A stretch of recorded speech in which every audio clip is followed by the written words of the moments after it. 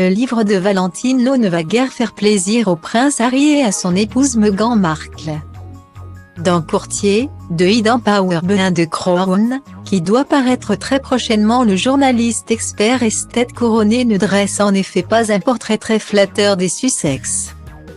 La presse britannique, du Times au Daily Express, dévore les bonnes feuilles du document et a fait de fracassantes révélations sur l'ancienne actrice et sur son comportement au sein de la maison royale.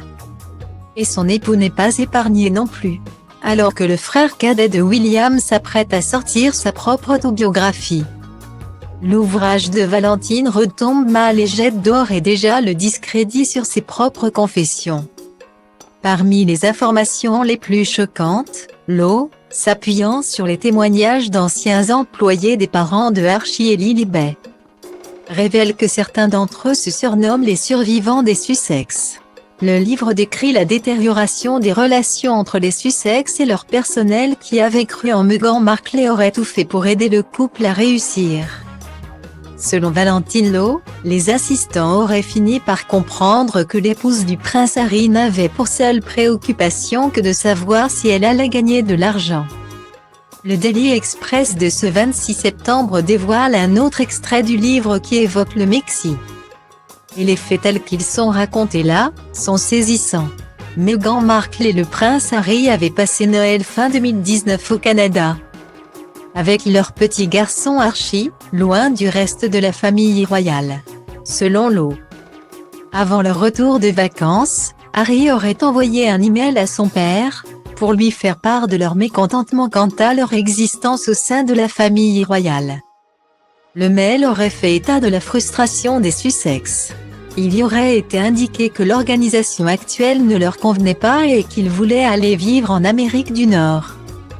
La réponse reçue n'aurait guère satisfait le couple puisqu'on y évoquait la nécessité d'avoir sur le sujet une véritable conversation familiale.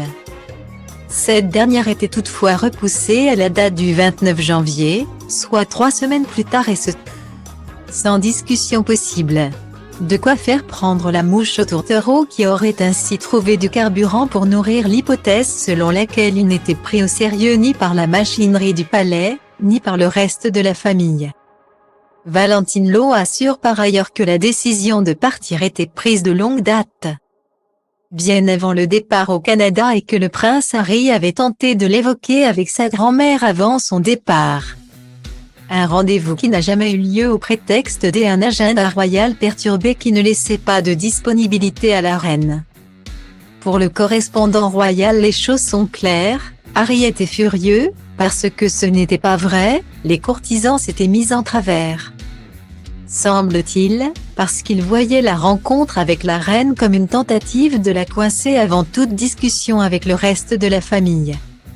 Cette fin de non-recevoir aurait plongé Harry dans une colère noire au point qu'il aurait momentanément envisagé avant de renoncer à se rendre directement de l'aéroport à Sandringham pour aller voir la reine à l'improviste.